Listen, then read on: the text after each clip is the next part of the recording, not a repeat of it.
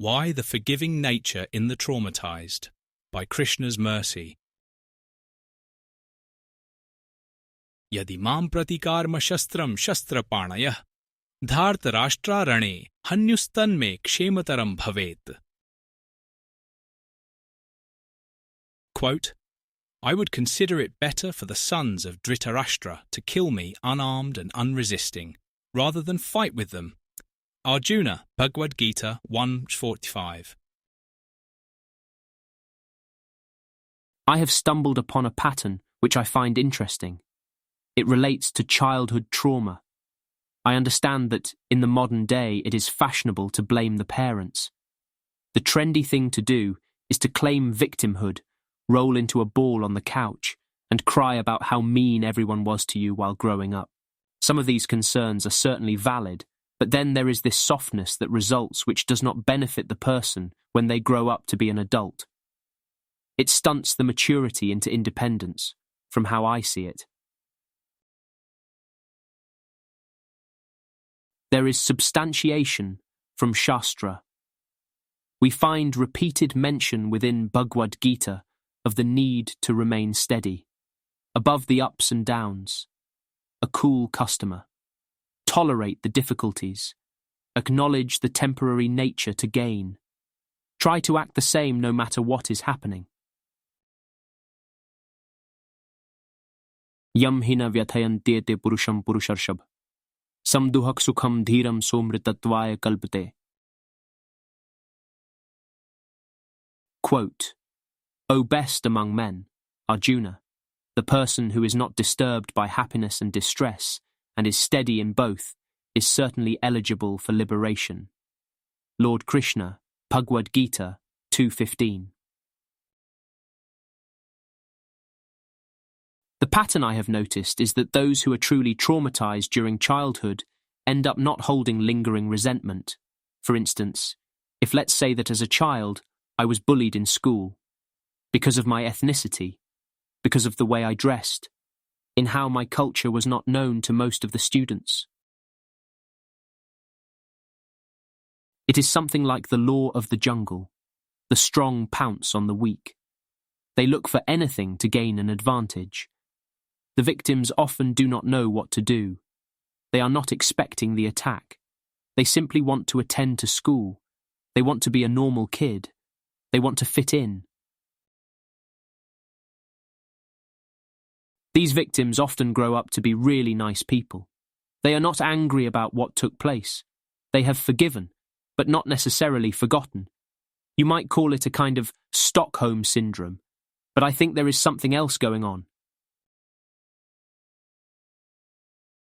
Meanwhile, the people who are resentful are the ones who had it easy. At least that is what I have witnessed. Why is this the case?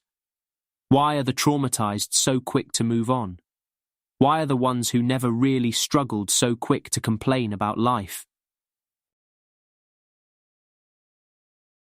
We can think of the life experience like being punched repeatedly, from beginning to end. This does not have to be the physical case of violence from aggressors. Rather, the whipping is from illusion itself. The Sanskrit word is maya. The literal meaning is that which is not. I am broken. I am beaten. I am scarred. I tried for this thing or that. I wanted to get along with others. I hoped that this other person would enjoy my association. I could not understand the harsh and cold treatment in return, which manifested out of nowhere.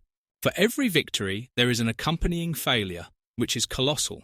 Just when I thought I had everything figured out, life ended up getting the last laugh. Yesham tva antagatam papam, jananam punyakarmanam, te dvandva moha nirmukta, bhajante mam dridvratah. Quote, persons who have acted piously in previous lives and in this life, whose sinful actions are completely eradicated and who are freed from the duality of delusion, engage themselves in my service with determination. Lord Krishna, Bhagavad-gita 7:28. Sri Krishna says that a person approaches him in earnest only after they have exhausted sinful reactions, papam. The association with Maya, in the drive for self-interest, is always papa at the core. It is moving away from the Supreme Lord and service to Him. Another way to describe the same is to say that we only come to see the light after we have been defeated a sufficient number of times. As to the forgiving nature we see in the traumatized, this is usually based on intelligence. The ideal example in this regard is Arjuna. The plight of his family well documented in the Mahabharata text, Arjuna had ample justification to hold lingering resentment towards the Kauravas, and especially Duryodhana. The torture the Pandavas endured was never warranted. They were essentially punished for being good people. When the moment for retribution arrived, when the perpetrators were set to finally experience Dharma in full force, Arjuna hesitated. This was extending forgiveness beyond an acceptable level. Arjuna would rather the other side steamroll him. Without a fair fight, just give in. Let the bullies take whatever they want. The ill-timed and misplaced compassion was corrected by the teacher of all teachers, Sri Krishna. Arjuna eventually found the right way. Does this mean we have to undergo trauma in order to learn? Do we have to be victims in order to see the wrong in the way of the abusers? Saktah karmanya vidwanso yatha kurvanti bharat.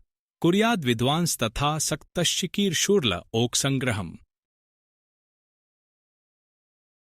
Quote, as the ignorant perform their duties with attachment to results, similarly the learned may also act, but without attachment, for the sake of leading people on the right path. Lord Krishna, Bhagavad-gita 3.10-5. The Supreme Personality of Godhead advises the wise to set the best example. We can learn from the trauma experienced by Arjuna and his family, without necessarily enduring the same for ourselves.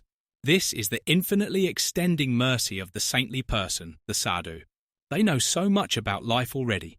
They are familiar with the evidence, whether in one or all of the three known ways, pratyaksh, anuman, shabd.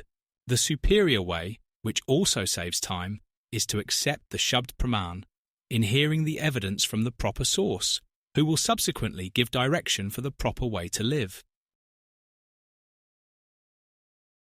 Quote, Vedic knowledge is called shabd praman.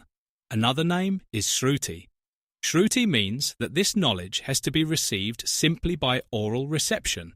The Vedas instruct that in order to understand transcendental knowledge, we have to hear from the authority.